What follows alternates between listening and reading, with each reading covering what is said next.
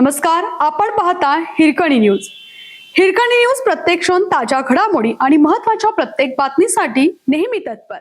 Social media सीसीटीव्हीवरही कडक नजर. महापालिका निवडणुकीत कोणतीही अफवा खपवून घेतली जाणार नाही.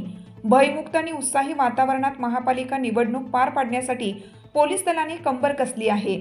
महापालिका क्षेत्रात तब्बल 1279 पोलीस अधिकारी, कर्मचारी व होमगार्ड यांचा बंदोबस्त तैनात करण्यात आला आहे. रात्रंदिवस खडा पहारा ठेवण्यात येत आहे. सीसीटीव्ही व्हॅनद्वारे शहरभर गस्त सुरू आहे. याशिवाय 31 संवेदनशील ठिकाणी फिक्स पॉइंट उभारण्यात आले आहेत. महापालिका निवडणूक जाहीर झाल्यापासून पोलीस दल अलर्ट मोडवर आहे. पोलीस अधीक्षक संदीप घुगे यांच्या नेतृत्वाखालील सातत्याने आढावा बैठकाही घेतल्या जात आहेत.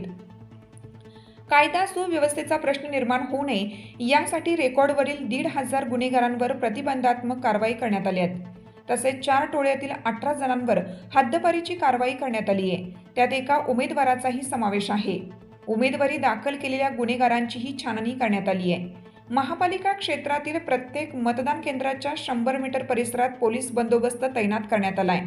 यासाठी सुमारे 450 पोलीस कर्मचारी व 700 होमगार्ड कार्यरत आहेत. सांगली, मिरज आणि कुपवाड शहरातील 31 संवेदनशील ठिकाणी फिक्स पॉइंट उभारून पोलीस छावण्या तैनात केल्या आहेत. त्या परिसरात कोणताही अनुचित प्रकार घडल्यास तात्काळ हस्तक्षेप केला जाणार आहे.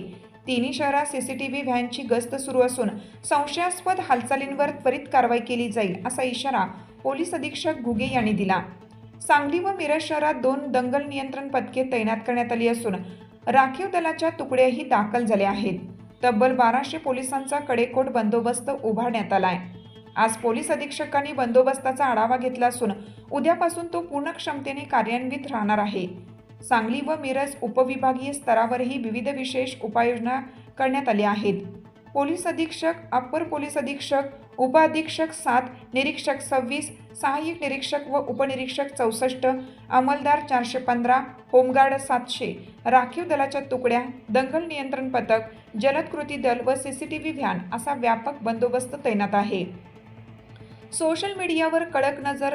निवडणूक काळात समाज माध्यमांवरून अफवा किंवा आक्षेपार्ह पोस्ट व्हायरल होऊ नयेत यासाठी सायबर सेल पूर्ण क्षमतेने कार्यरत आहे.